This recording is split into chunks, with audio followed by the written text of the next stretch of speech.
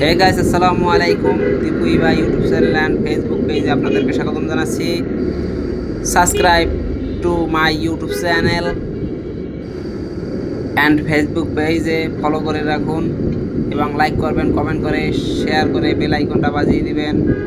Guys, এখন আমি বর্তমানে আছি বরিশাল রূপতলী মহাসড়কে। আমি রূপতলীর উদ্দেশ্যে যাচ্ছি।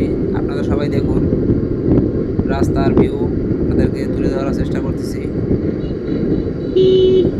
আর কিছুক্ষণের ভিতরেই 1 থেকে 1.5 মিনিটের ভিতরেই আমি রূপতলী পৌঁছে যাব। সকলে দেখতে থাকুন। আমি যাচ্ছি রূপতলী। এই রাস্তাটা অনেক সোজা রয়েছে এবং এখন খুব ফাঁকা রয়েছে। দুপুর 3টা বাজে, রাস্তাটা খুব ফাঁকা।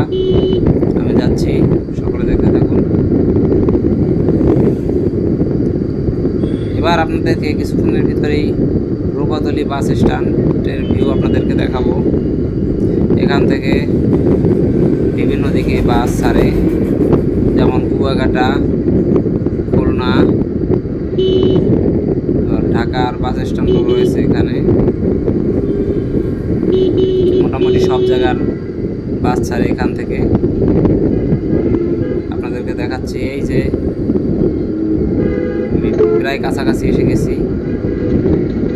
এই তো কিছুক্ষণের ভিতরে আমি পৌঁছে যাব রূপতলী বাস স্ট্যান্ড।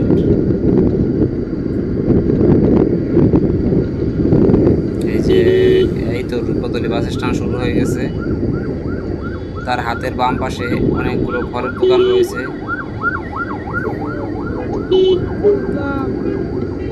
এই যে এখন আমি যাব এখান থেকে দপদপিয়া সেতুতে যাব আমি এখান থেকে। সকলে দেখুন,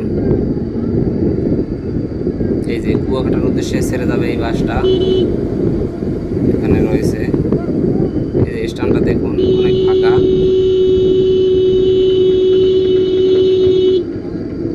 এই এখন আমি যাব দপদপিয়া সেতুতে। এখানে রাস্তাটা 4 লাইন করা হয়েছে বরিশাল সদরের ভিতরে। সদরের ভিতর তেমন জ্যাম নেই, ফাঁকা রাস্তা, কিন্তু রাস্তা অনেক ভাঙা রয়েছে, মাঝে মাঝে ভাঙা।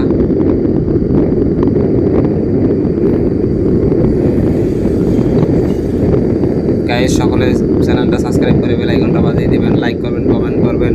ভিডিওটা এই পর্যন্ত শেষ করলাম। আসসালামু আলাইকুম ওয়া রাহমাতুল্লাহি ওয়া বারাকাতুহু। গাইস, অন্য ভিডিওতে আপনাদেরকে দেখাবো বরিশাল সেতু। ধন্যবাদ। পরের ভিডিও দেখার জন্য অপেক্ষায় থাকুন।